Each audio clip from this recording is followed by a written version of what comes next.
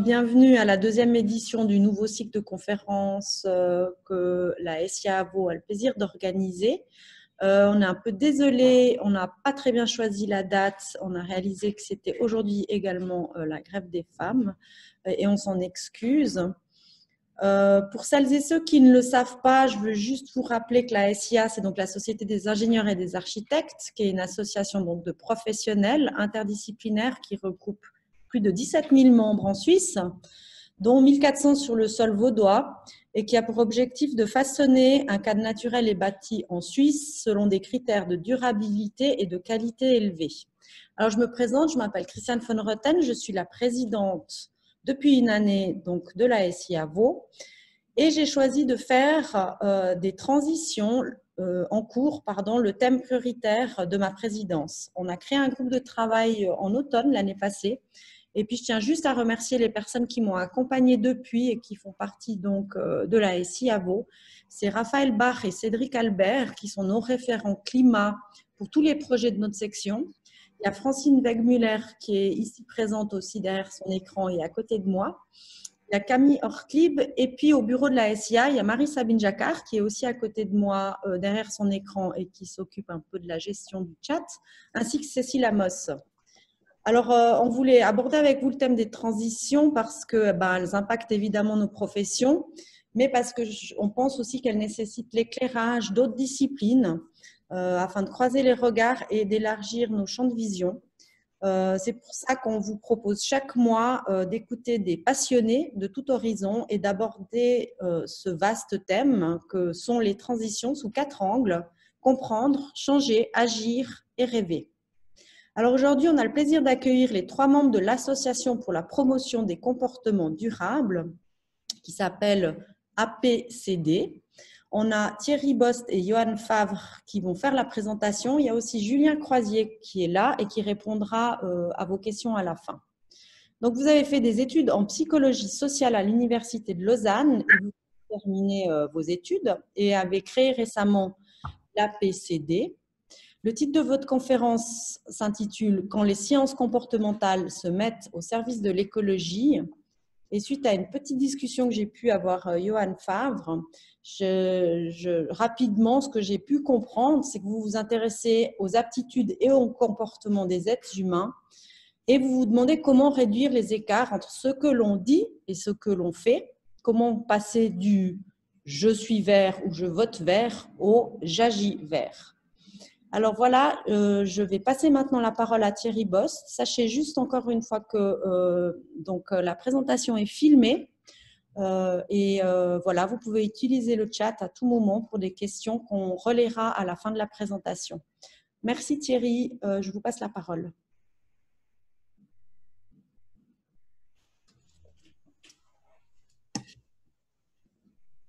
Est-ce qu'on l'entend? Bonjour, vous m'entendez? Voilà, c'est beau. Magnifique. Alors, bonjour à toutes et à tous. Merci beaucoup pour cette introduction et de nous accueillir dans le cadre de ce cycle de conférences pour s'ouvrir l'esprit. Comme vous l'avez dit, je présenterai aujourd'hui avec Johan Favre l'Association pour la promotion des comportements durables en abordant notamment les habitudes et comment aussi de manière plus générale la psychologie environnementale peut être intégrée à des actions et réflexions pouvant faire face aux enjeux climatiques qui sont face à nous et à venir. Pour commencer, un petit peu de contexte. Je suis désolé, c'est jamais très joyeux. Je vais ici rien, je pense, vous apprendre de nouveau. On est donc dans une période de transition climatique. L'IPCC, le panel intergouvernemental du changement climatique, prévoit dans le siècle à venir une augmentation de la température globale entre 1,5 et 2 degrés, avec comme conséquence des risques liés notamment à la santé, à la gestion des ressources et aussi à l'économie. Donc voilà, sur cette année, enfin sur ce siècle à venir, les challenges sont énormes et ils sont urgents. Et il s'agit donc à tout prix de limiter cette augmentation de température globale. Ici, un autre exemple. Donc ici, vous voyez le nombre de jours par année où les températures seront au-dessus d'un seuil mortel. Ici, pour faire ce calcul, ils ont pris à la fois des mesures de température, donc pour voir à quelle température Notre corps ne permet plus de se réguler et de se maintenir à 37 degrés, mais également l'humidité.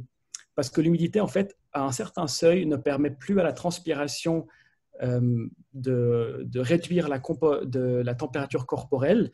Donc voilà, et puis ces auteurs, ils prédisent également que si aujourd'hui on réduisait drastiquement nos émissions de CO2, à la fin du siècle, un peu moins de 50% de la population mondiale pourrait être exposée à ce genre de conditions climatiques.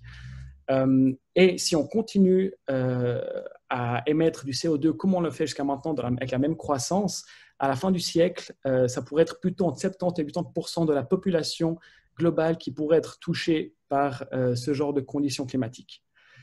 Donc voilà, à nouveau, ces exemples, je suis désolé, ce n'est pas très joyeux, mais pour montrer à quel point l'urgence est là, et puis elle est vraiment considérable. Alors pourquoi la psychologie environnementale? Les deux exemples que je viens de vous montrer sont donc bien des symptômes environnementaux. On voit l'augmentation globale de la chaleur et les impacts qu'ils vont avoir. Mais ce qui est intéressant, c'est que c'est en fait plutôt l'humain qui est central à ces problèmes, puisque le consensus scientifique actuel est que l'être humain est responsable de la transition climatique telle qu'on est en train de la vivre en ce moment, notamment par la manière dont on gère notre relation avec l'environnement dans le but d'atteindre nos objectifs et nos besoins. Le but, c'est donc pas de dire que les autres solutions technologiques ou bien plan climat ou des choses comme ça ne sont pas nécessaires pour faire face à la transition climatique, mais que l'être humain est également au centre de cette équation et que du coup, si l'être humain doit être changé, ça peut passer donc par le changement de comportement et c'est ça que je vais donc vous présenter majoritairement aujourd'hui. La psychologie environnementale, c'est une jeune discipline d'une quarantaine d'années avec à la fois des racines dans les sciences du comportement, donc comment induire du changement de comportement chez les populations, mais également, elle prend ses racines dans la psychologie sociale, donc l'impact que le groupe a sur l'individu, sur notre manière de réfléchir, de ressentir des émotions et de nous comporter. Donc voilà, ça c'est les deux origines un petit peu de cette discipline qu'est la psychologie environnementale. Et les 4 étapes que vous voyez à droite sont donc les 4 enjeux majeurs centrales à la discipline. Et c'est ces 4 étapes qu'on va vous présenter aujourd'hui avec les comportements au centre. Donc, comment cibler un comportement, comment savoir quel comportement doit être changé. Avec les antécédents, donc il y a un certain nombre de déterminants qui prédisent un comportement, que ce soit psychologique ou contextuel. Et ils sont importants à prendre en compte parce qu'ils peuvent en gros créer un profil d'une population. Et en fait, une intervention ne va pas agir de la même manière sur 2 populations dont le profil est différent. On vous l'expliquera aussi donc, par la suite. Donc, cette étape est cruciale pour pouvoir élaborer l'intervention pertinente. Et finalement, la dernière étape, c'est comment on mesure l'effet de nos interventions et comment on peut savoir que l'impact a été positif.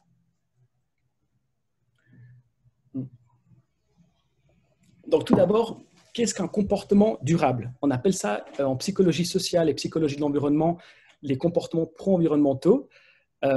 Et on va utiliser dans ce cadre-là la définition qui est juste en dessous. Ce sont toutes les actions qui sont bénéfiques à l'environnement naturel et l'évitement d'actions qui portent préjudice à cet environnement naturel. Ils peuvent à la fois être privés, donc le fait par exemple de posséder des ampoules LED ou le fait de recycler chez soi, mais aussi publics. Donc tous ces comportements qui prennent lieu dans l'espace public, le fait par exemple de manger ou non de la viande à la cafétéria avec ses collègues, nous on voit ce que nos collègues mangent, mais eux voient aussi ce qu'on mange. Donc voilà, c'est vraiment une affirmation comportementale, ce sont des comportements publics, et ces comportements publics peuvent à la fois aussi être militants, donc le fait de manifester par exemple, et non militants, le fait de voter. Donc voilà, ça c'est pour catégoriser un petit peu les comportements. Ensuite, donc voilà, comment faire pour cibler des comportements pertinents? Nous on appelle ça les comportements pertinents. Donc ce sont les comportements dont l'impact est important sur l'environnement. Ici, pour donner un exemple, donc le fait de prendre un avion de Londres à New York a le même poids, donc en kilos de CO2 que certains citoyens produisent en une année. Donc voilà, ça c'est typiquement un exemple de comportement dont le poids est très lourd, dont l'impact est très lourd. Et en fait, l'importance aussi là derrière, c'est que il y a deux barrières mentales une, c'est le tokenisme, le fait en fait, on a une tendance, les êtres humains, à opter pour des comportements simples dont l'impact est faible.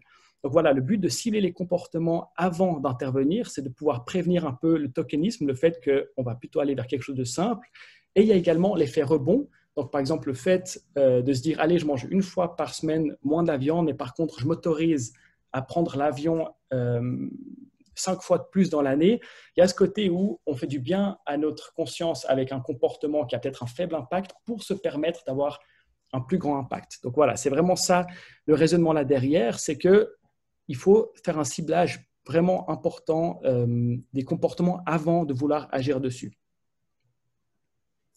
Des comportements pertinents, oui, mais bien sûr, d'un point de vue absolu, c'est clairement le but du jeu, c'est de réduire les émissions de CO2 au maximum. Donc, c'est clair qu'on va cibler les comportements dont l'impact est le plus grand, mais il ne faut pas dévaloriser les comportements dont l'impact est peut-être un peu moins grand parce qu'ils peuvent servir de porte d'entrée.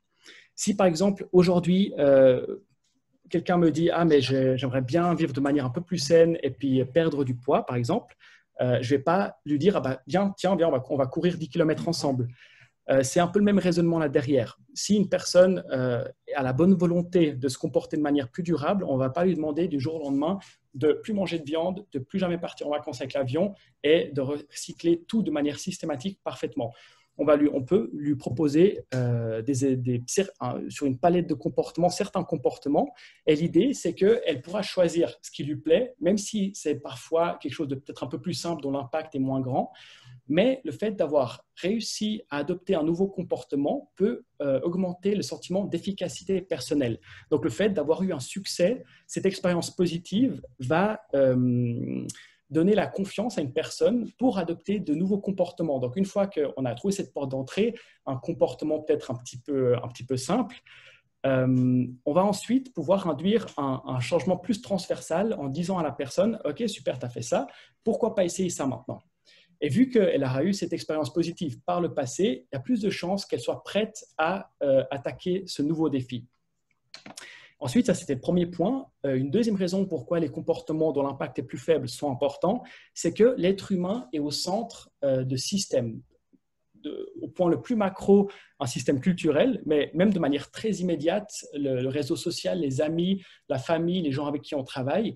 Et en fait, même si un comportement dont l'impact peut paraître faible est changé, l'environnement immédiat, il le voit. Et en fait, c'est ça qui est intéressant, c'est que même si on fait qu'une petite chose, par exemple, au lieu de manger 5 fois de la viande dans la semaine, on ne la mange que 4, peut-être que les collègues vont remarquer mais pourquoi tu ne manges pas de viande aujourd'hui?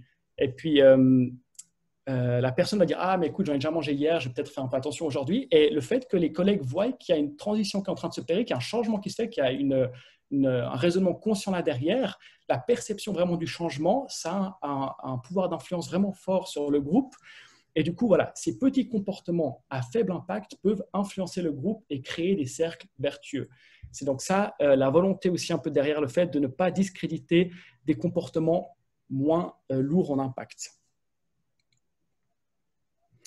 Je vous ai parlé des comportements. Il y a une grande difficulté maintenant liée en fait à ce changement de comportement, c'est qu'en psychologie sociale, il y a un écart qui a été identifié entre attitude et comportement. L'attitude, c'est donc comment on se situe face à un sujet, le fait de se dire durable, d'avoir des opinions positives envers la durabilité et concrétiser pratiquement dans ses comportements cette opinion.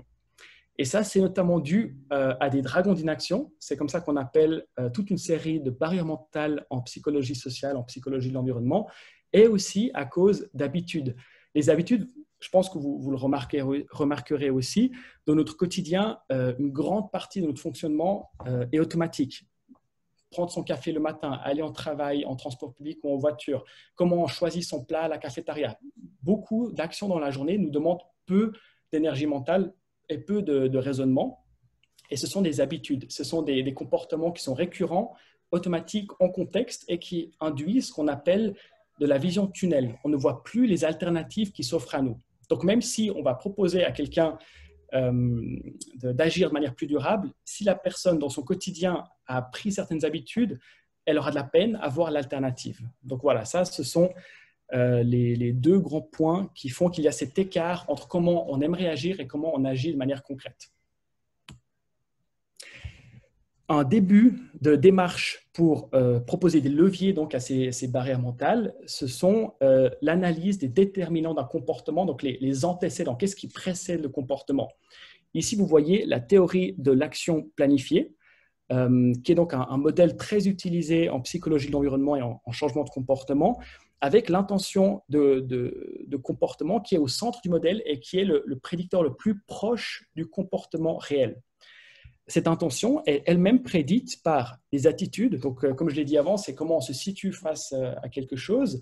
La norme sociale, c'est donc les règles qu'on perçoit, c'est le comportement qu'on visualise autour de nous. Est-ce que mes amis, par exemple, recyclent? Est-ce qu'au travail, on recycle? Est-ce que de manière sociétale, c'est un comportement standard de recycler? C'est vraiment ces règles qu'on a l'impression qu'on voit dans la vie de tous les jours et qui vont guider donc, notre fonctionnement quotidien. Le contrôle comportemental perçu, ça c'est plutôt le fait de ressentir qu'on a le pouvoir d'agir en fait. D'un point de vue plus interne, ça peut être le fait de savoir comment recycler, savoir quel objet mettre dans quelle benne par exemple. Et d'un point de vue des infrastructures aussi, est-ce que j'ai une décharge à disposition pas loin de chez moi? Est-ce que j'ai des bennes pas loin de chez moi? Et en fait, tous ces facteurs vont donc influencer l'intention qui, l'intention à son tour, va prédire les comportements. Alors, il se pourrait par exemple qu'une personne ait des attitudes très positives envers le recyclage et sache comment recycler, il y a des bennes juste en bas de chez elle, mais parce qu'elle croit que personne dans le quartier recycle, elle va se dire « mais pourquoi est-ce que moi je ferai un effort si les autres ne le font pas ?» Dans ce cas-là, on agirait plutôt sur la norme sociale, on va essayer de rendre saillant que les autres dans le quartier recyclent aussi, en montrant des normes, par exemple en mettant des panneaux qui montrent 4 personnes sur 6, 4 foyers sur 6 dans ce comportement recycle, essayer de suivre la tendance, ou alors en mettant les bennes à un endroit très visible pour que les personnes voient « ah, il y a de nouveau tel voisin qui allait recycler ». Donc voilà, ça ce serait un exemple de comment on peut prendre en compte les déterminants dans cette vision de changement de comportement. Ça, c'est un exemple que j'aime bien utiliser aussi, qui est un peu contradictoire. En fait, ça c'est donc les études en psychologie sociale et psychologie de l'environnement ont montré que plus on monte dans les classes sociales, plus on monte dans le niveau d'éducation, plus le degré de conscientisation est élevé en lien avec l'environnement et les enjeux qu'on identifie. Donc, plus on est dans une classe supérieure, dans une classe sociale élevée, plus on a un niveau d'études haut, plus il y a de chances que les personnes soient au courant de la transition climatique et des enjeux qui sont liés. Mais à l'inverse, ce sont également de nouveau les classes supérieures les plus hautes et aussi celles avec le plus haut niveau d'éducation qui ont la plus grosse incidence sur l'environnement, tout simplement parce que la tendance est que les salaires sont plus élevés et avec des plus grands salaires, on peut plus consommer et du coup plus polluer. Donc voilà, ça c'est aussi typiquement le genre d'exemple qui est à prendre en compte quand on veut induire du changement dans une population. Quel type de classe sociale, à quel type de population on s'adresse et quelle est la tendance dans l'adoption de comportements durables ou non et puis dans le degré de conscientisation. Ici, encore quelques autres exemples. Donc, plus cette fois interne aux personnes. Avant, c'était plus des données sociodémographiques.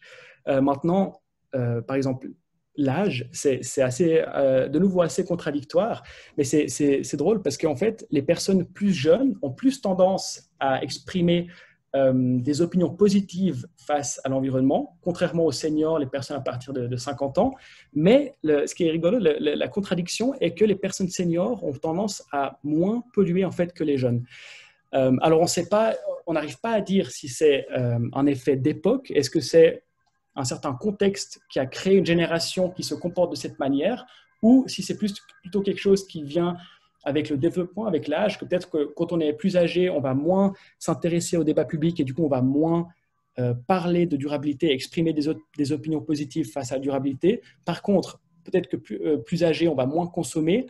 Donc, ça expliquerait en fait cet écart entre les jeunes et les personnes âgées, mais il y a vraiment un écart. Et c'est aussi quelque chose qui est à prendre en compte lorsqu'on s'adresse à une population, quand on communique sur l'environnement.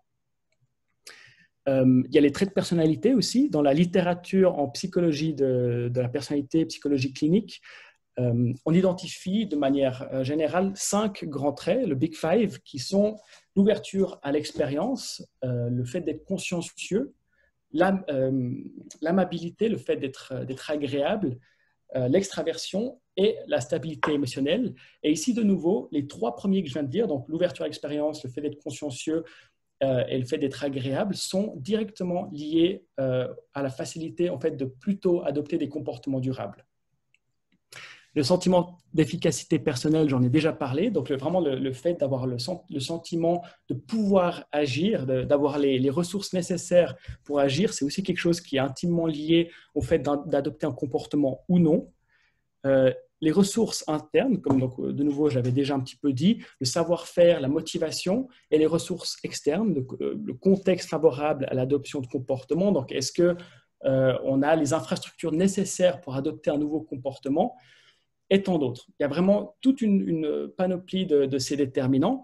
Alors, ce qui est vraiment dans la démarche que nous, on adopte, c'est qu'on va cibler ces déterminants selon ce que la littérature dit d'un certain comportement et on va aller mesurer ça dans une population à l'aide de questionnaires ou d'entretiens avec les personnes pour voir qu'est-ce qui ressort. Est-ce que les gens perçoivent la norme? Est-ce que c'est plutôt une population âgée ou jeune? Quels sont les traits de personnalité qui ressortent? On va vraiment créer un profil et selon ce profil, on pourra choisir une méthode de changement de comportement et c'est ce que Johan va vous présenter maintenant. Merci beaucoup Thierry. Donc voilà, une fois qu'on a connaissance de ces différents déterminants au comportement, on va pouvoir choisir la méthode de changement de comportement la plus adaptée. Parce que comme l'a dit Thierry, il y a les déterminants, c'est soit des freins ou des moteurs à l'action. Et une méthode d'influence ou une méthode de changement de comportement ne va pas avoir le même effet sur ces différents prédicteurs. Donc, parmi les méthodes de changement de comportement qu'on utilise, il y a tout d'abord les méthodes d'influence sociale. Alors, premièrement, on a l'engagement. C'est le fait de s'engager à mettre en place un comportement qui est très efficace, encore plus si on le fait de façon publique, donc s'engager devant des autres personnes à mettre en place un comportement. Et ça va avoir comme effet, en fait, si on s'engage à mettre en place un comportement et qu'on ne le fait pas, on va ressentir ce qu'on appelle la dissonance cognitive. C'est un écart entre notre prédisposition à agir, nos valeurs, etc., et le comportement réel. C'est comme les fumeurs et fumeuses qui savent très bien que fumer, c'est mauvais pour la santé et qu'ils le font quand même. On ressent de la dissonance cognitive et donc on va mettre en place des mécanismes de défense pour rationaliser ça. Ici, quand on s'engage à mettre en place un comportement, une des seules manières de réduire la dissonance cognitive, c'est de mettre en place ce comportement. Ensuite, on a le feedback sur les résultats. Il s'agit d'informer en fait les personnes des conséquences sur l'environnement de leur comportement. En disant, par exemple, voilà, vous avez économisé tant d'eau sur l'année, vous allez permettre, et là, il faut utiliser des analogies claires. Si on dit aux personnes, bah, ça a permis d'économiser tant de grammes de CO2, c'est pas clair, c'est pas quelque chose de concret. On n'arrive pas vraiment à se représenter ce que ça équivaut pour la planète, tant de grammes de CO2. Alors que si on dit aux personnes, bah, voilà, vous avez économisé tant d'eau durant cette année, ça équivaut à tant de trajets en avion entre un point A et un point B. Ou bien ça équivaut à tant de kilos de charbon par année. Donc voilà, d'où l'intérêt d'utiliser vraiment des exemples concrets qu'on peut bien se représenter pour favoriser ce sentiment d'efficacité personnelle ou collective et avoir le sentiment de vraiment avoir un impact. Ensuite, on utilise aussi la norme sociale, donc, qui est vraiment un concept central dans l'adoption de comportements. On est sans arrêt, tous nos comportements sont dictés par des normes sociales. Et ici, on va utiliser la comparaison sociale positive. C'est le fait d'induire une norme sociale et de rendre saillante cette norme. Parce qu'en fait, une norme, c'est quoi? C'est un ensemble de règles à suivre. Des règles prescriptives ou descriptives, mais je ne vais pas m'attarder là-dessus. Et si on va dire, par exemple, à un groupe, voilà, 70% de votre groupe a déjà mis en place un comportement, c'est très encourageant, et bien, les personnes vont se dire, ah, c'est la norme de changer ce comportement, il faut que moi aussi je le fasse. Ensuite, un peu dans le même ordre d'idée, il y a le modeling, donc c'est l'apprentissage d'un comportement par imitation. Donc voilà, si on établit une norme, on va être poussé à imiter ce comportement. Ici, comme exemple un peu plus concret, on peut imaginer une vidéo explicative qui montre comment mettre en place un comportement. Ça va avoir comme effet d'augmenter le contrôle comportemental perçu parce qu'on va voir que c'est accessible ce comportement, que c'est réalisable et qu'on peut avoir le contrôle dessus. Un dernier point qui est assez efficace, c'est la planification d'objectifs. Donc, nous, on appelle ça en psychologie sociale l'implémentation d'attention.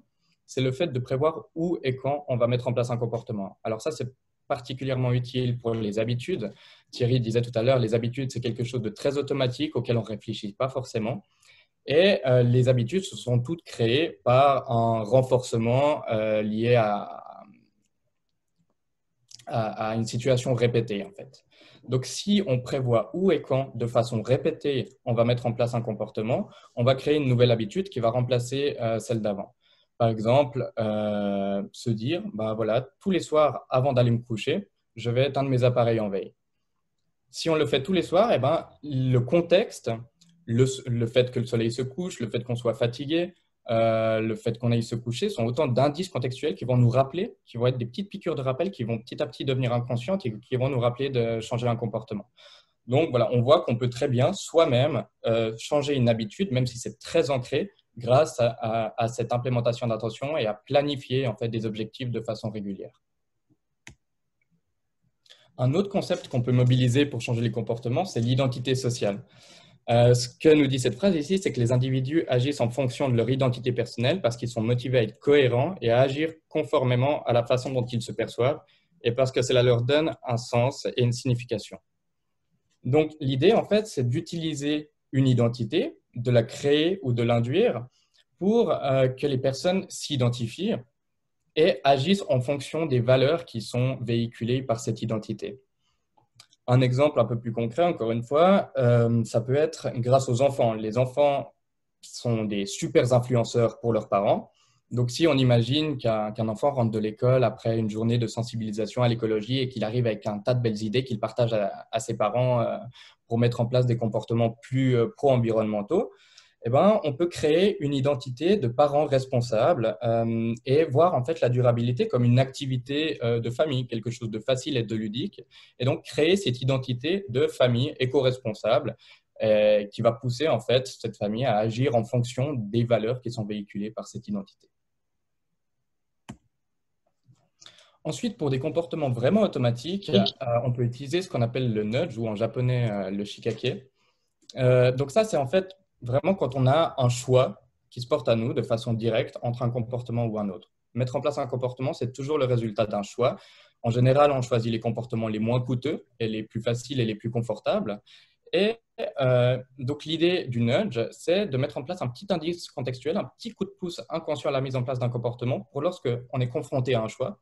Ici, par exemple, avec cet exemple, jeter son mégot par terre ou dans le cendrier, ben, il y a ce petit nudge, voter pour le meilleur joueur de football qui va orienter notre comportement. Après, ce n'est pas le meilleur exemple, c'est cendrier, parce que pour changer un comportement à long terme, il faut changer en fait une habitude. Et comme je le disais avant, il faut qu'on soit confronté de façon très régulière à ces indices contextuels. Et puis, on ne va pas voir des cendriers de vote à tous les coins de rue.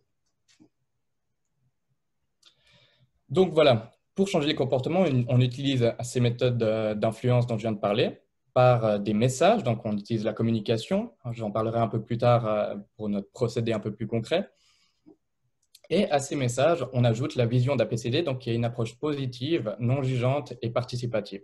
Alors positive et non jugeante, pourquoi? Parce qu'on sait aujourd'hui que culpabiliser un comportement néfaste, que ce soit pour l'environnement ou d'autres problématiques sociales, ça va amener à être stigmatisé. Et ça va amener à son tour un sentiment d'impuissance. Et comme le disait Thierry tout à l'heure, le sentiment d'impuissance, c'est un très grand frein à l'action. Alors que le fait d'inclure dans le débat, ça permet d'être reconnu, d'avoir le sentiment d'avoir un impact. Et encore une fois, comme le disait Thierry, le sentiment d'avoir un impact, c'est un très grand moteur à la mise en place effective des comportements. Et pourquoi une approche participative? Parce que nous, on n'est pas des ingénieurs, on n'est pas des experts en sciences de l'environnement, mais on part du principe que les connaissances environnementales sont déjà, en tout cas pour la plupart, acquises au sein de la population.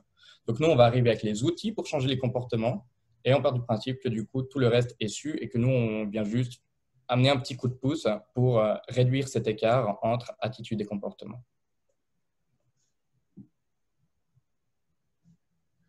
Alors, plus concrètement, un exemple d'une des méthodes, une des interventions qu'on propose pour favoriser les comportements pro-environnementaux, donc c'est notre approche digitale.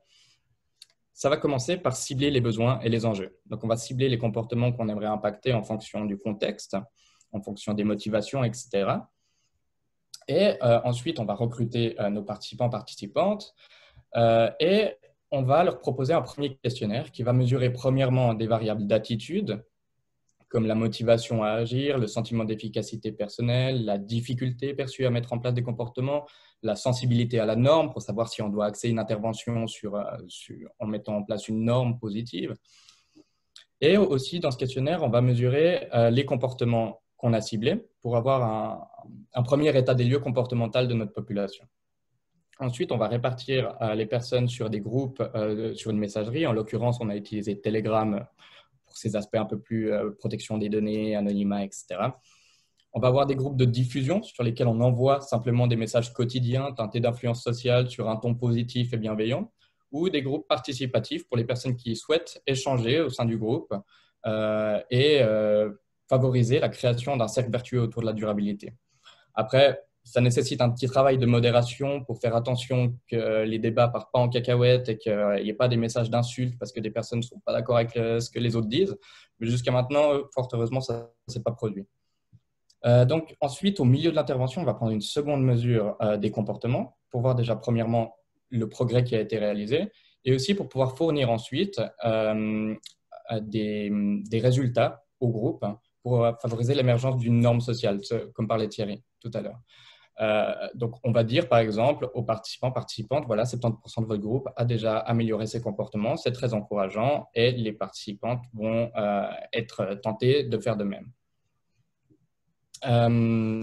Ensuite, on va prendre une dernière mesure à la fin de l'intervention de ces comportements, pour mesurer les progrès globaux réalisés tout au long de l'intervention et aussi pour fournir à la population cible un rapport de recommandation pour permettre d'implémenter les résultats obtenus. On va fournir des outils pour maintenir les progrès et permettre à cette population de continuer un peu l'intervention parce que si on part et qu'un mois plus tard, tous les progrès sont abandonnés, ça ne sert à rien. Donc voilà, ici, on a quelques petits résultats de la dernière intervention qu'on a menée au sein de Ménages lausannois.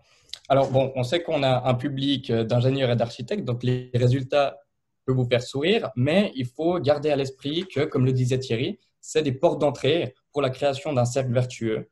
Donc voilà, ce n'est pas forcément des comportements pertinents, mais ils permettent de favoriser la création de ce cercle vertueux et de favoriser des échanges, en fait, de planter la petite graine qui va permettre la création de réflexions autour de la durabilité. Donc ici, on voit dans le premier graphique qu'on a permis de mettre en place des économies d'électricité grâce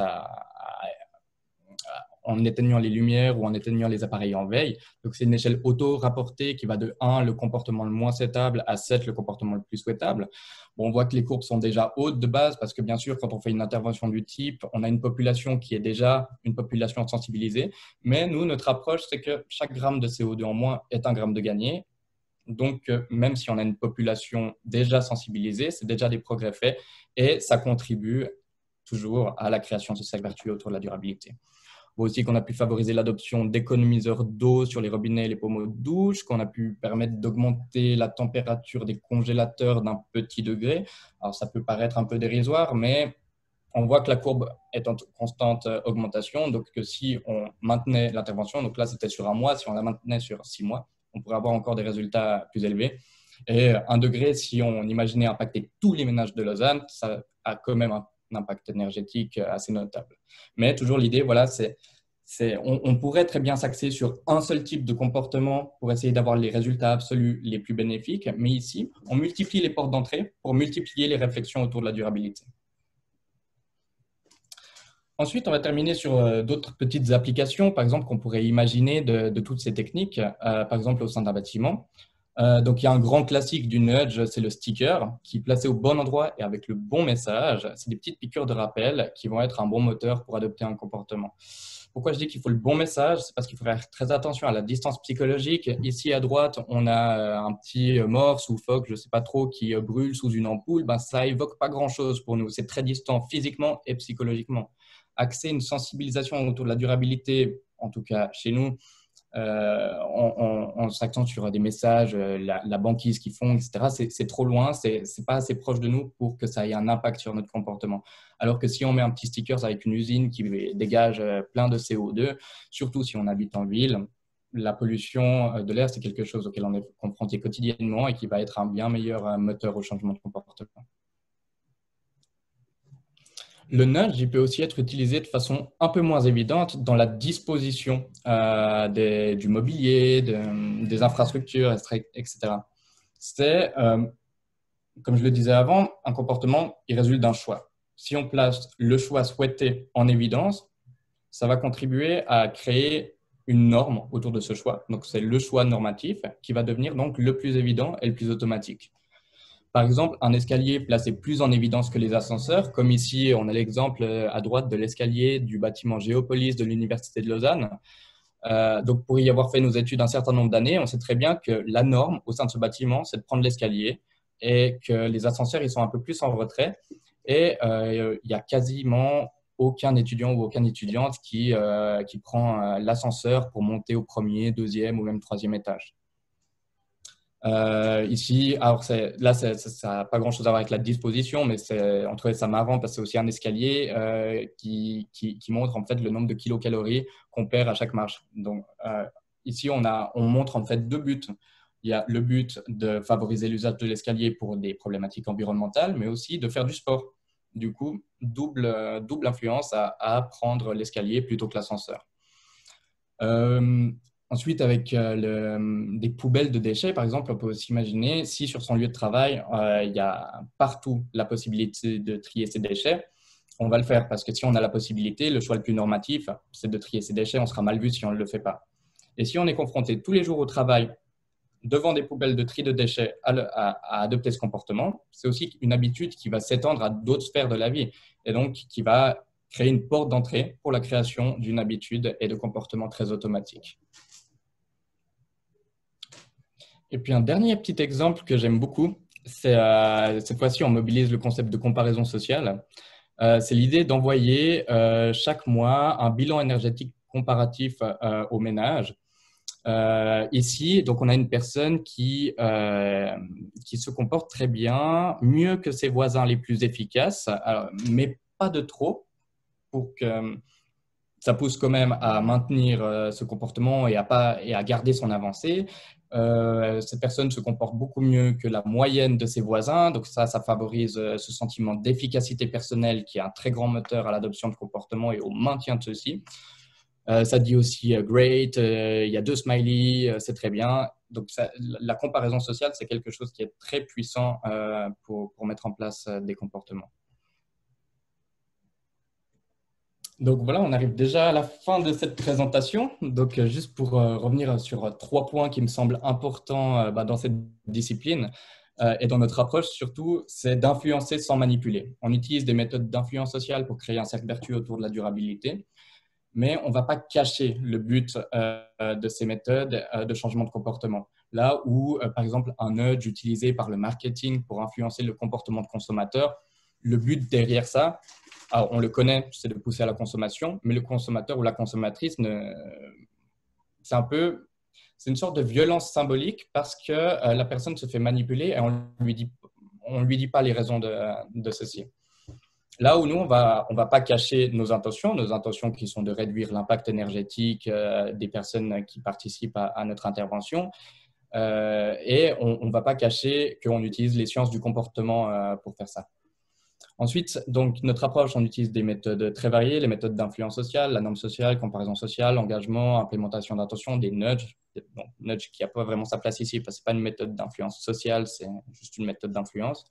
Et on commence aussi à utiliser le concept d'identité, dont je parlais tout à l'heure, pour favoriser l'émergence d'identités vertes pour pousser les personnes à agir en fonction de cette identité dans certains contextes. Et pour terminer, là, un point crucial de notre approche, c'est l'importance du contexte. Parce que on pourrait croire qu'on vous donne toutes les méthodes d'influence sociale, qu'on peut les appliquer n'importe comment. Mais la majorité de notre travail, c'est l'analyse du contexte. Comme disait Thierry tout à l'heure, il faut analyser la population, il faut analyser les déterminants des comportements. Ça demande des grandes revues de littérature, ça demande de mettre en place des questionnaires pour mesurer les caractéristiques de la population, etc. Et donc, administrer une méthode d'influence au bol pour un comportement au bol, ça peut se révéler inefficace. Par exemple, si on veut instaurer une norme sociale dynamique en disant aux personnes d'un bâtiment lambda, on leur dit voilà, 80% de vos voisins, voisines recyclent bien leurs déchets, alors que dans ce village en question, il y a aucune manière de trier ces déchets, aucune benne, on va un peu passer pour des guignols parce que les personnes ne vont pas nous croire, tout simplement. Donc voilà, c'est d'où l'importance du contexte avant d'utiliser ces méthodes de changement de comportement. Donc voilà, on a déjà fini. On vous remercie beaucoup pour votre attention et on espère que vous avez plein de questions. Merci beaucoup à vous deux. Alors, est-ce qu'il y a des questions dans le chat? Je me tourne vers Marie-Sabine. Il n'y en a pas. Est-ce qu'il y a des personnes qui voudraient prendre la parole, auquel cas je vous propose d'allumer vos micros? Il y a des mains qui se lèvent. Alors, moi, je ne les vois pas. Tu peux me dire qui? Monsieur Mishka. Oui, bonjour. Merci pour cet exposé, déjà très intéressant. Ouais, j'avais une question sur comment ensuite on arrive à enclencher, on va dire, les niveaux supérieurs, dans le sens où j'ai l'impression que les petits gestes en question, il y a pas mal de monde qui y sont déjà, mais que c'est parfois compliqué d'arriver aux étapes suivantes. Est-ce que c'est la même logique que vous utilisez pour ensuite passer sur des comportements non militants, plus militants, ou sur des niveaux d'engagement plus élevés, ou est-ce qu'on change de paradigme, du coup on change aussi de méthode pour aider à favoriser ces comportements, typiquement le courage social dans un environnement qui est pas très bénéfique, ou d'autres exemples? C'est plutôt toi. Alors, moi, je répondrais de la manière suivante. Ça dépend du projet. Ça dépend dans quel contexte le comportement doit être changé. De manière idéale, en fait, il faudrait qu'on puisse suivre les personnes de manière assez longtemps pour pouvoir arriver à ce stade justement supérieur. Les méthodes qu'on utilise, elles sont tout aussi appropriées en fait pour des comportements un peu de l'étape supérieure. Alors, la question, c'est plutôt pendant combien de temps on peut suivre les personnes et pendant combien de temps on peut agir sur un projet.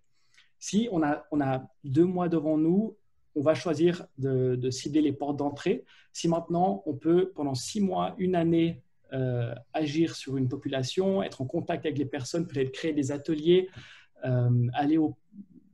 tester tout plein de choses et puis agir de manière plus en profondeur. L'idée, c'est vraiment de passer à l'étape supérieure. Parfait, merci.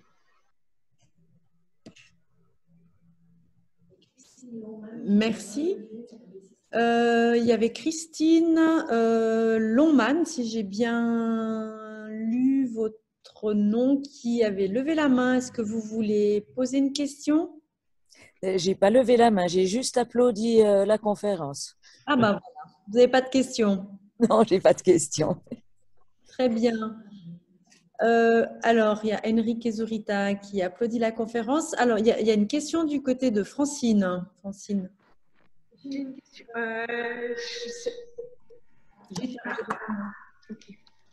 Je sais pas. Alors.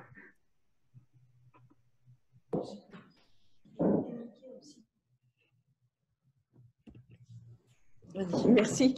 Je ne sais pas si vous connaissez la plateforme pour sensibiliser à la durabilité de la fourmilière à Montreux.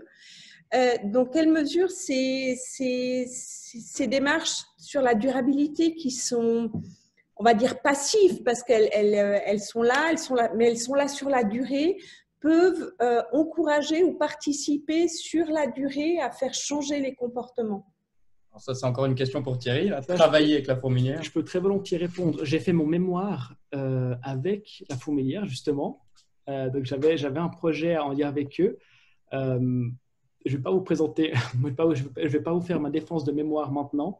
Mais en fait, l'idée, une chose par exemple qu'on avait faite, c'est d'induire ce qu'on appelle en psychologie de l'environnement les block leaders. Les block leaders, c'est des sortes d'ambassadeurs, des leaders d'opinion. On va demander à des personnes de s'engager. En fait, on va regarder s'il y a des personnes qui sont hautement motivées par la thématique et on va leur demander de s'engager. Par exemple, de poster des messages sur les forums, de partager leurs opinions, de eux-mêmes créer des actions, des choses comme ça. Et en fait, c'est basé sur le principe qu'on est plus sensible à l'opinion de personnes qu'on aime et on a plus tendance à aimer les personnes qui nous ressemblent. Donc voilà, l'idée, par exemple, dans ce projet-là de mémoire, c'était pas que c'est un représentatif un représentant, une représentante pas du pouvoir, mais disons, c'est pas la commune qui dit agissez plus durable. Ça peut être le voisin, ça peut être le boulanger, ça peut être n'importe qui prend la parole et qui va dire hey, regardez ce que je fais, c'est super, ou qui donne des conseils, qui lance des débats. Donc ça, c'est une manière de faire. Justement, en fait, c'est ça qui est intéressant, c'est que la Fourmilière est une plateforme qui est super bien faite, qui est vraiment chouette avec plein d'actions.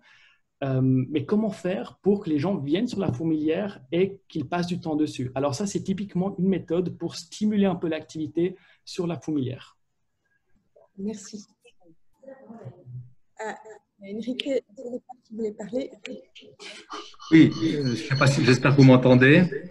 Tout d'abord, merci beaucoup pour la présentation extrêmement intéressante, vraiment super. Moi, je ne veux pas polémiquer, mais voilà, l'objectif, c'est un petit peu de créer le débat aussi. J'ai deux questions. La première, c'est est-ce que vous ne craignez pas que le fait de stigmatiser des mauvais comportements ou des personnes qui pourraient, comparées à d'autres, se retrouver en position peut-être mise au pilori, est-ce que vous ne craignez pas des dérives de comportement, de réaction par rapport à ça? Et puis, ma deuxième question, c'est qu'aujourd'hui, je sais que certains d'entre vous m'ont déjà entendu parler de ça, mais on est à peu près 8 milliards, pas tout à fait 8 milliards d'habitants sur cette planète.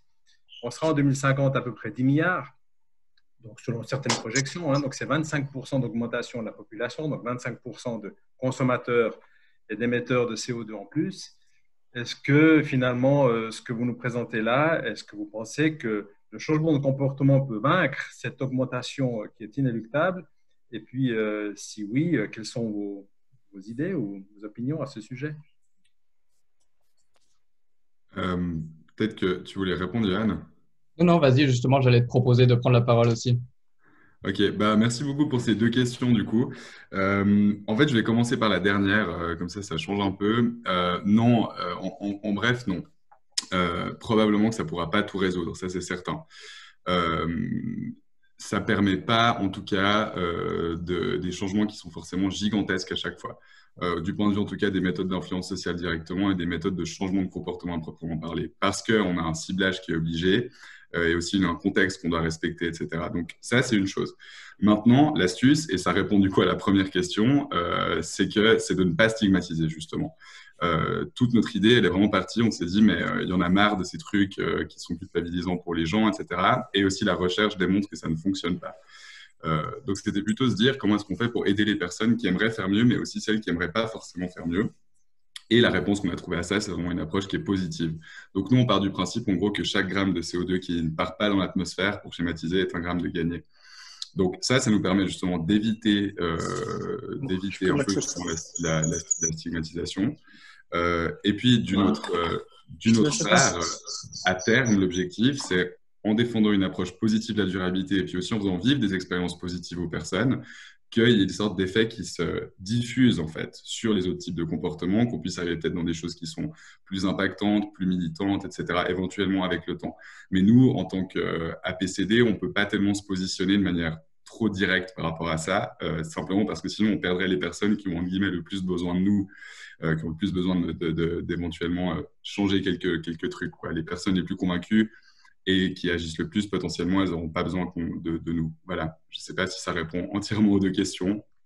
Merci beaucoup. Je pense qu'il faudrait ce que vous venez d'expliquer ici, peut-être d'une manière différente, mais c'est dans les écoles qu'il faut diffuser cette information. C'est l'exemple. Et ça commence par les jeunes générations, donc c'est à l'école qu'il faut diffuser. On devrait avoir des cours de comportement environnementaux. Ouais. Moi, c'est trop tard, je fais des efforts, mais ce n'est pas chez moi qu'il faut me cibler. Ouais. Comme je disais tout à l'heure, les enfants sont les plus grands influenceurs pour leurs parents.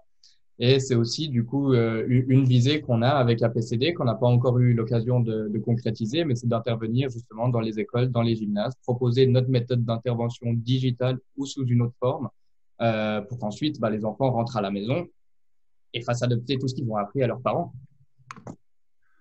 Et si je peux ajouter encore quelque chose, on va travailler maintenant avec un centre d'école à la montagne pour cet été sur en fait la mise en place d'une pièce de théâtre qui est participative sur les comportements durables, donc pour les enfants, et puis aussi sur la construction d'un sentier didactique qui sera appelé à perdurer et qu'on construit avec les enfants en fait pour utiliser l'expérience d'un séjour à la montagne pour induire des comportements et les faire adopter des comportements, même si les enfants sont en fait relativement assez durables, et qui puissent ensuite les ramener à la maison. Donc ça, c'est aussi un des projets qu'on a en ce moment. Ça demande encore 2-3 l'aval d'un office du tourisme notamment, mais c'est en cours. Voilà. Merci.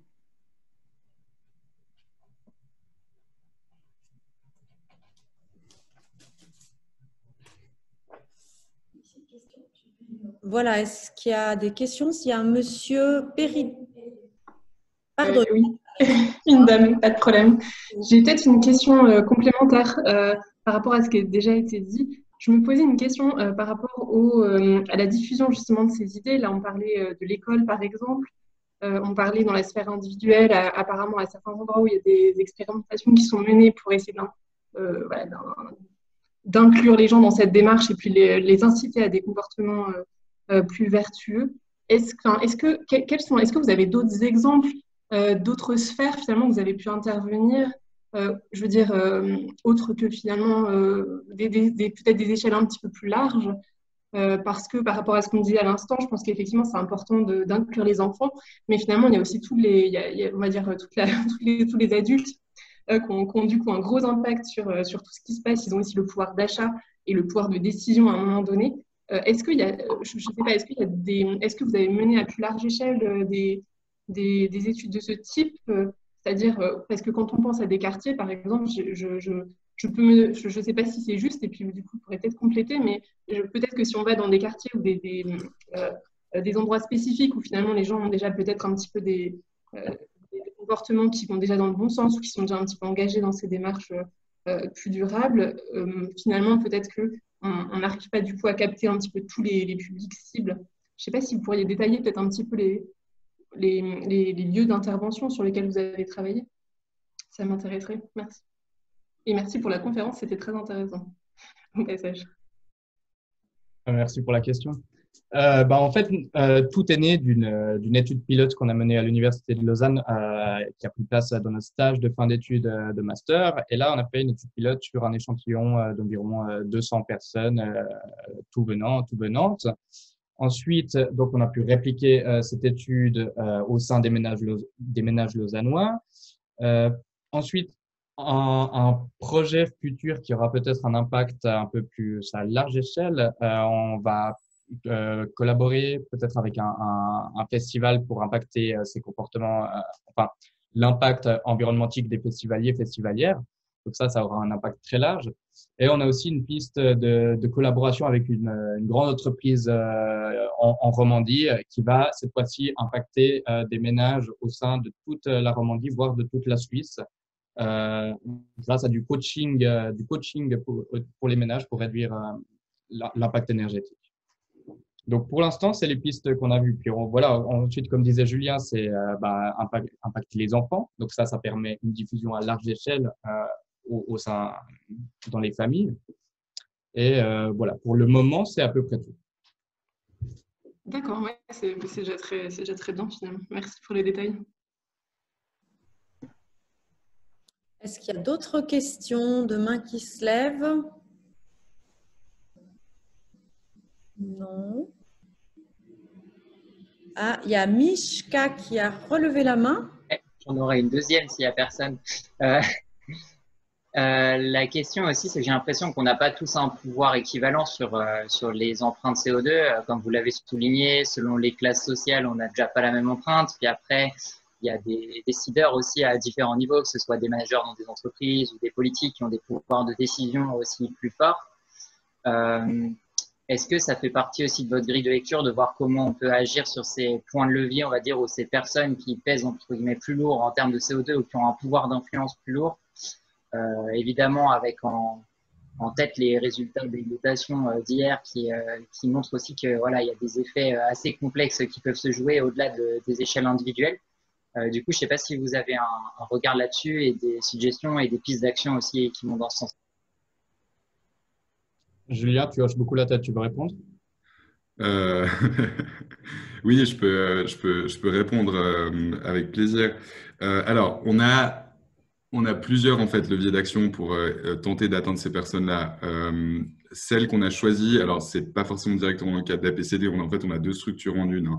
APCD puis une autre qui a plus des activités pour les entreprises. Où en fait le but c'est d'aller agir à l'intérieur des entreprises en fait, en valorisant aussi les connaissances des personnes qui travaillent pour induire le changement dans les entreprises sur les pratiques quotidiennes. Donc là de nouveau en termes d'impact, ça va pas être l'énorme différence que l'entreprise par exemple va plus du tout faire de voyage d'affaires en avion de l'année, c'est pas ça le but. Le but c'est de favoriser la discussion dans ces entreprises là et de rendre ça divertissant aussi. À nouveau, la problématique, c'est que ça va être très difficile d'aller vers les personnes qui décident sans devenir militants et politiques. Après, à titre privé, ça c'est une autre histoire, mais en tant que ce qu'on est et que ce qu'on représente là, voilà. Par contre, ce qu'on pense, c'est que justement, en induisant ça à l'intérieur des entreprises pour les personnes qui y travaillent, potentiellement, on peut amener la durabilité comme point de départ de toutes les réflexions qui sont faites ensuite. C'est probablement ce qui est déjà en train de se passer.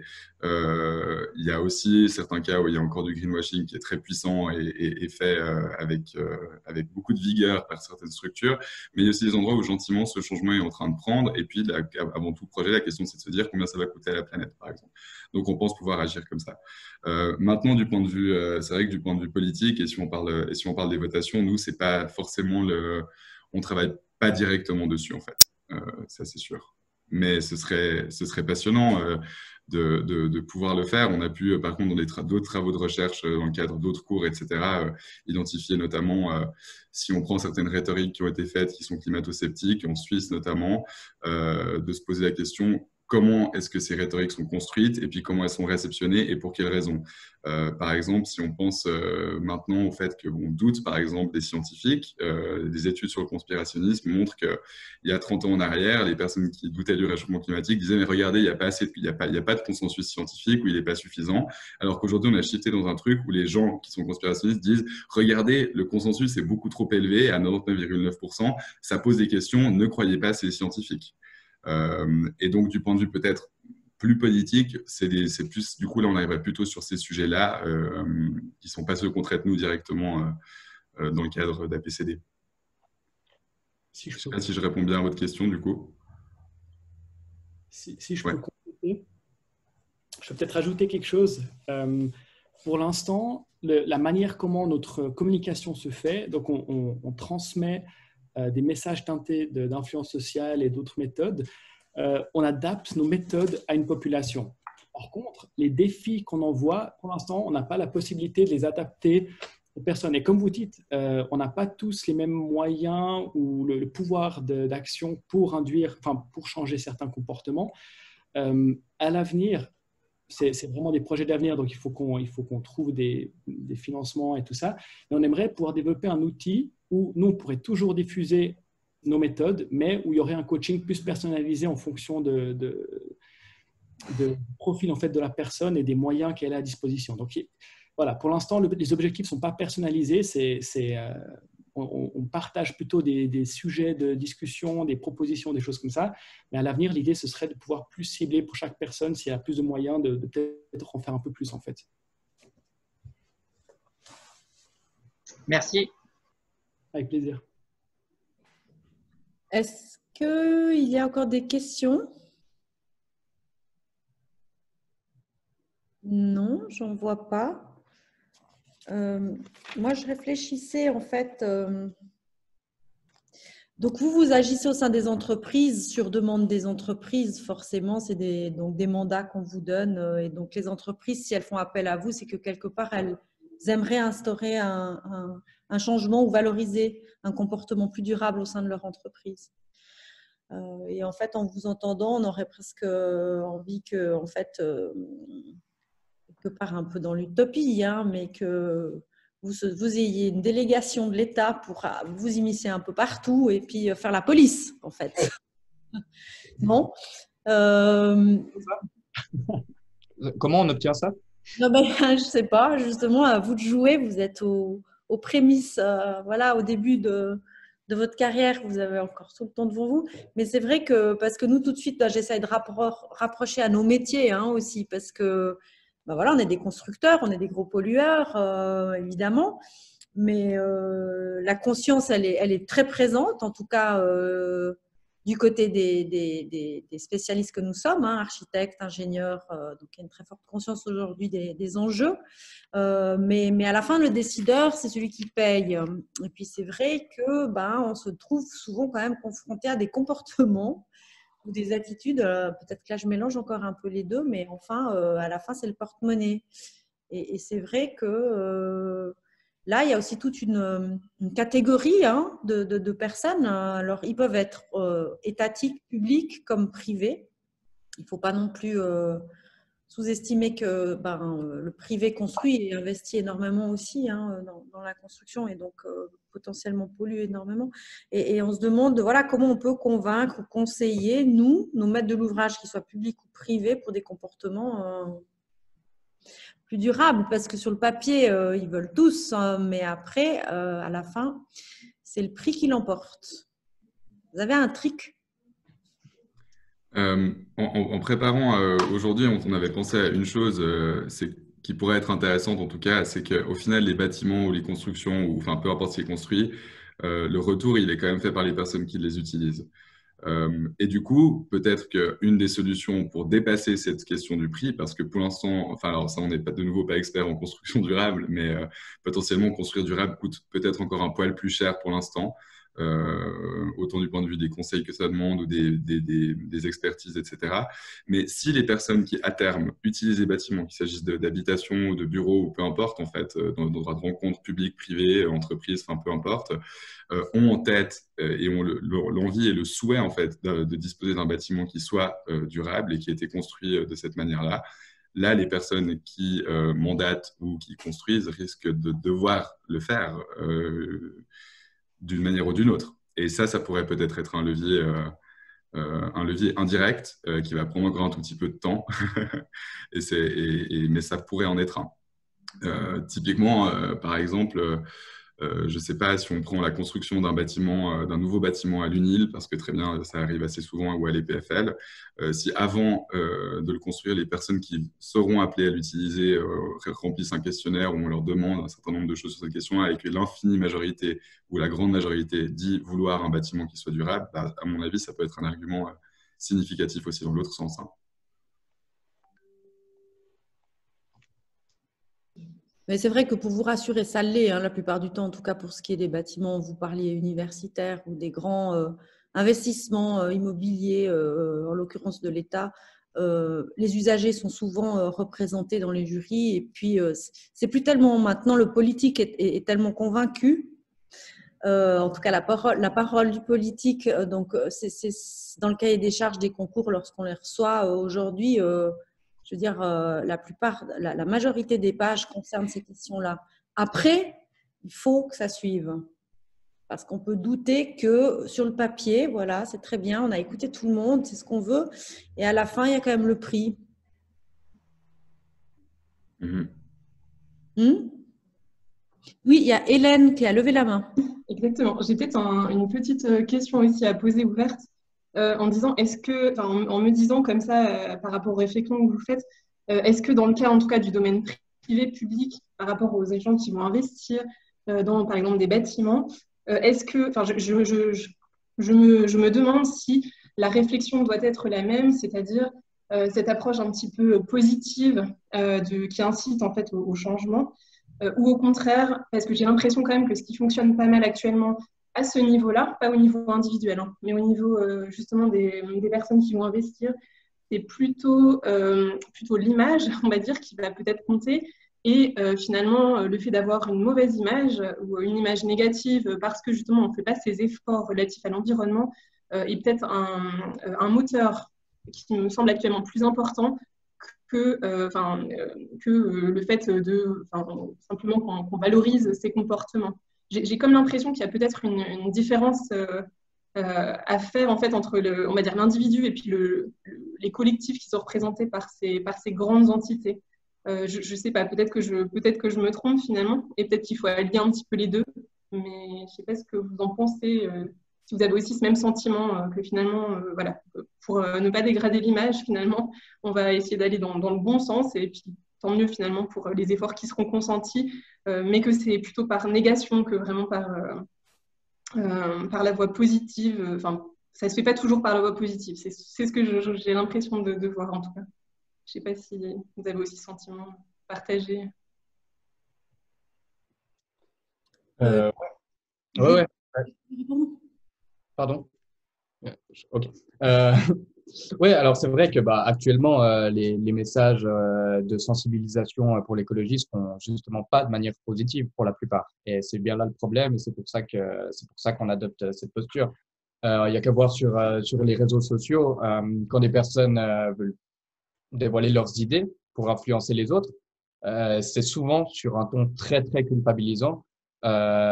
Pourquoi vous agissez comme ça? Il y a souvent le terme de boomer qui ressort, boomer qui se comporte mal, ou des choses comme ça. Donc ça, comme je le disais avant, ça amène de la stigmatisation et c'est vraiment un frein au changement de comportement. Donc voilà, de façon globale jusqu'à maintenant, les approches actuelles n'utilisent pas cette approche positive et bienveillante, et c'est bien là le problème. Et puis, il me semble qu'au début, vous demandiez si c'était aussi nécessaire d'adopter cette approche positive pour des trucs plus concrets dans la construction des bâtiments ou comme ça, non? Oui, en fait, oui, je me posais la question de savoir si pour, par exemple, à l'échelle des personnes qui vont investir justement dans ces bâtiments, qui regardent pas mal justement le côté financier, en fait, mon impression, c'est que parfois, on va plutôt chiffrer le désavantage, enfin, de leur côté, hein, vont plutôt chiffrer finalement le désavantage que pourrait engendrer le fait de ne pas avoir cette image, on va dire, verte, hein, pour dire des choses simples, plutôt que vraiment la réelle volonté derrière. Et peut-être que dans certains cas, ce moteur est là, et dans certains contextes, c'est-à-dire, je pense plutôt pas à l'échelle individuelle, mais à l'échelle à cette échelle-là où il y a des enjeux financiers, où finalement les gens vont chiffrer des risques et pas chiffrer c'est pas qu'ils vont pas chiffrer les bénéfices, mais ils le chiffreront différemment. Et de ce point de vue-là, je me demandais si cette perspective, au niveau de cette méthodologie un peu d'action était tout aussi pertinente, ou peut-être, je me demandais si finalement c'était le meilleur moyen à cette échelle-là d'agir, d'inciter les gens à l'action. Peut-être que c'est le cas, mais je me pose la question. En fait, c'est le problème tout simplement du greenwashing. Voilà, quand on veut construire un bâtiment, au lieu de penser aux impacts bénéfiques environnementaux que ça va produire, on va penser à l'image que ça va donner de ce bâtiment, qui est un bâtiment vert, super, c'est génial. On a lavé notre conscience en faisant un bâtiment vert, mais qui au final n'aura pas forcément un effet de façon absolue très grand sur l'environnement. Mais du coup, ouais, ça vaut la peine d'amener ces projets. Si, par exemple, des architectes, des ingénieurs faisaient appel à des personnes comme nous pour changer ce comportement, ça vaut la peine d'axer le discours sur une vision positive en mettant en avant les aspects plus environnementaux que les aspects d'image que ça peut apporter, non? J'ai bien compris. Ce qu'on peut ajouter, effectivement, vous avez raison, c'est une des questions. Et d'ailleurs, nous, en fait, c'est quand on propose nos services, une des choses sur laquelle on est tenu d'appuyer très rapidement, c'est sur qu'est-ce que ça va faire en termes de communication après. Et on se rend bien compte que c'est essentiel. Ça veut dire que, d'accord, moi je suis une entreprise, venez faire votre truc chez nous, très bien, mais qu'est-ce que j'obtiens ensuite? Et ce qui intéresse majoritairement, c'est de pouvoir inclure ça dans un rapport RSE ou dans les objectifs de durabilité. Donc je pense que vous avez effectivement raison. C'est une question qu'on s'était posée aussi au tout début. Est-ce qu'on va complètement contre le système, ou est-ce que on se dit, OK, tiens, peut-être que dans le cadre, en tout cas dans ce cadre-là, est-ce qu'on ne rentre pas par cette porte-là et qu'on induit aussi un changement plus global à terme, quoi, hein, sans penser qu'on va tout régler parce que ça ne sera pas le cas, a priori.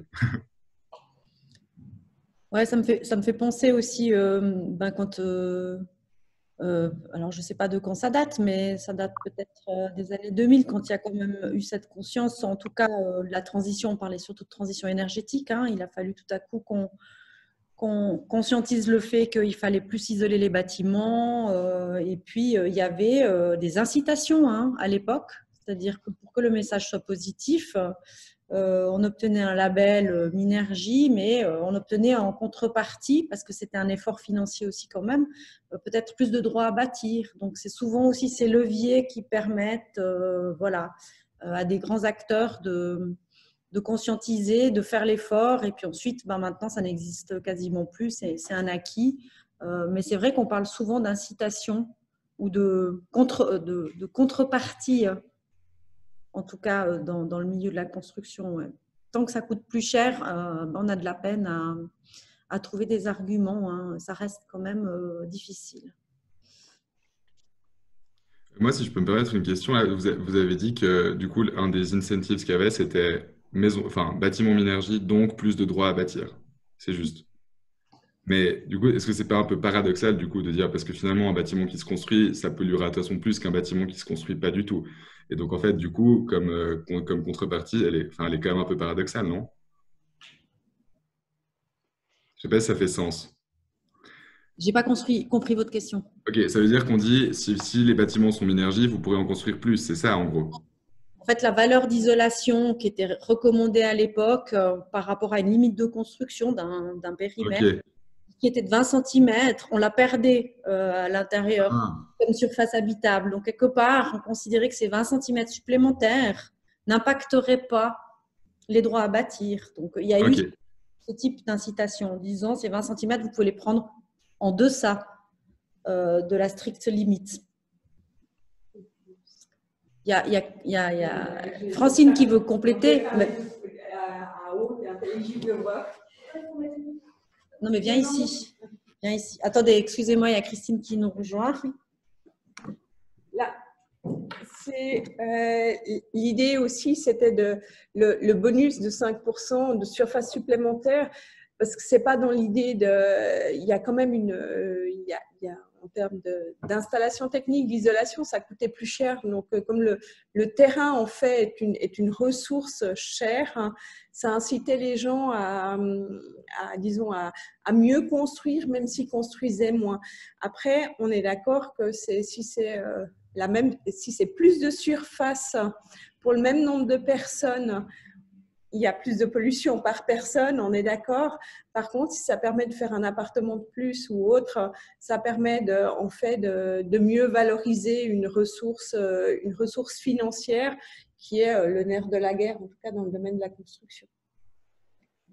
Ok, merci beaucoup.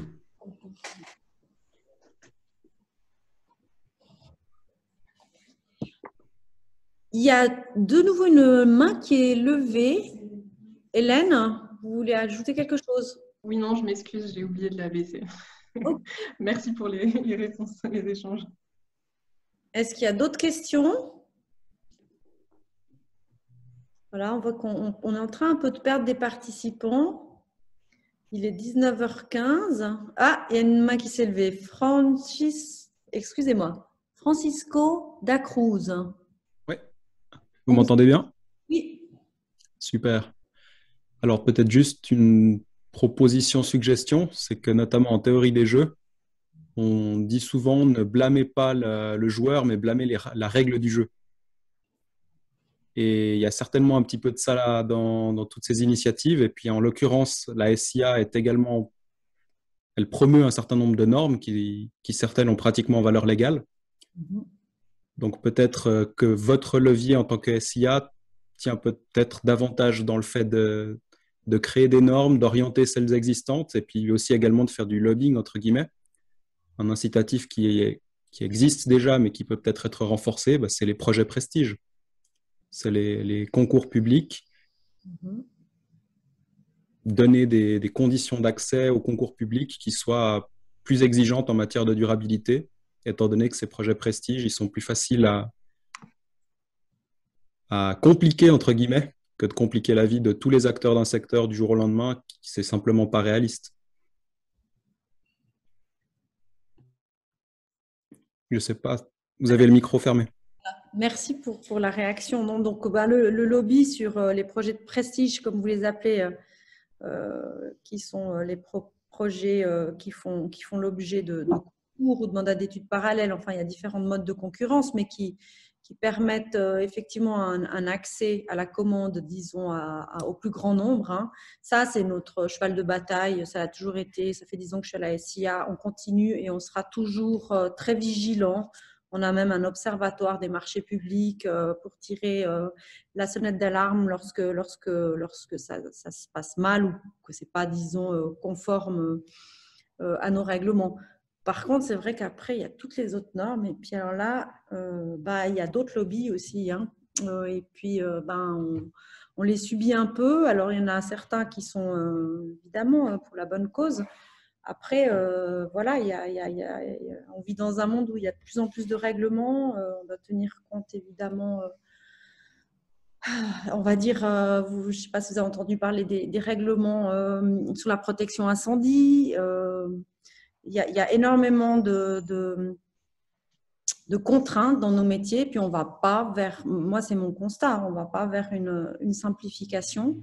J'ai l'impression que c'est un peu dans tous les métiers. Et puis, je pense que même la SIA, elle se rend compte de ses limites, mais quelque part, nous, on a un peu un mandat de la Confédération d'éditer des normes. Et puis, il y a effectivement de très forts lobbies pour que on assure un maximum contre les dangers, contre les risques incendies, contre la chute d'un enfant. Enfin, voilà, c'est devenu rendre tous les bâtiments accessibles aux personnes à mobilité réduite. C'est évidemment des choses qu'on partage et qu'on défend, mais c'est des contraintes. Ouais. Mais je vois pas trop le lien avec, en fait, introduire la durabilité dans les bâtiments. Pardon ? Ouais. Je pensais peut-être plus aux outils comportementaux qu'à la durabilité. Si on prend l'architecture active, par exemple. Ah, c'est quoi l'architecture active ? Parlez-en-moi. C'est l'exemple qu'ils ont donné tout à l'heure, nos présentateurs, des escaliers. Ah oui, ça, oui. Le fait que quand on entre dans un bâtiment, on est en face de soi l'escalier ou l'ascenseur, ça va conditionner un comportement qui lui-même va conditionner des routines qui vont de plus en plus s'ancrer. Et si tous les bâtiments sont sur le même modèle, comme aujourd'hui c'est le cas, dans pratiquement tous les bâtiments, vous voyez l'ascenseur avant les escaliers. Oui, mécaniquement… Pardon, ça c'est quelque chose qui effectivement, et je le vois chez mes confrères aussi, est intégré. Après, il y a même maintenant dans l'implantation de nouveaux bâtiments aussi, on est très sensible à lutter contre les îlots de chaleur, à impacter un minimum le sol pour préserver un maximum de terre-plein. Enfin, évidemment que tout ça, c'est des grands sujets. Et puis c'est impactant sur la santé. Hein. On se rend bien compte que la manière dont on peut imaginer un bâtiment, positionner ses circulations, orienter les vues plus ou moins selon les orientations solaires, et ça a une influence sur la santé et le comportement des gens. Tout ça avec toutes les autres contraintes. Voilà, c'est un métier passionnant. En tout cas, merci pour les efforts déjà engagés. Merci à vous tous. Je ne sais pas, en fait, c'est marrant, j'arrive pas très bien à me faire une idée de qui vous êtes, mais j'ai l'impression que c'est vrai qu'il y a passablement peu d'architectes ou d'ingénieurs, mais je ne veux pas prétendre tous les connaître, mais je pense que comme ça, vous arrivez à me dire à peu près de ce que vous faites dans la vie, juste un petit tour de table, comme ça me donne un peu une idée de notre public, ça m'intéresse, si vous êtes d'accord.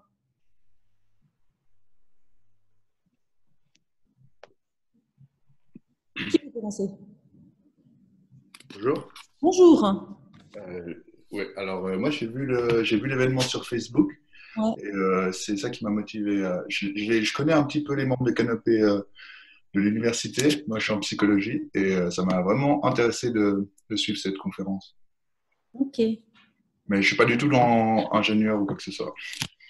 C'était par pur intérêt. Merci pour votre réponse. Moi, je suis la tante à Johan Favre et je suis aussi très intéressée par le sujet et je suis enseignante spécialisée. Merci.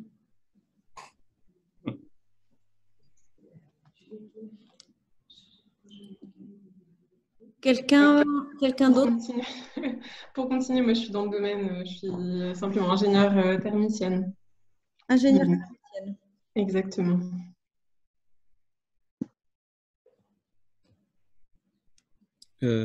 Urbaniste pour ma part. Donc ça, c'est Francisco. Oui. D'accord. Ouais.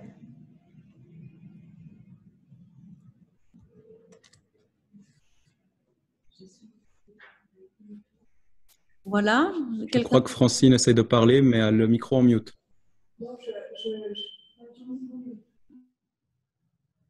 Je fais...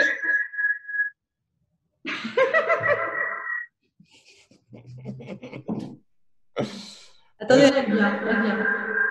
Alors. On a des personnes sur le chat qui nous dit Raphaël qui est dans la gestion de quartier, Mishka, coordinateur de Climat and Sustainability Action Week à la PFL. Je lisais justement le chat, c'est pour ça que vous me voyez parler. Ah, ok. Ben, c'est super. C'est super comme ça. Ben, c'est bien d'échanger avec d'autres personnes. Moi, ça me ravit de savoir qu'on n'est pas entre soi. Voilà. Je vous remercie en tout cas tous et toutes. Je pense qu'on va s'arrêter là, à moins qu'il y ait encore questions ou remarques. Merci à tout le monde de nous avoir écouté de parler de notre jargon pendant 40 minutes.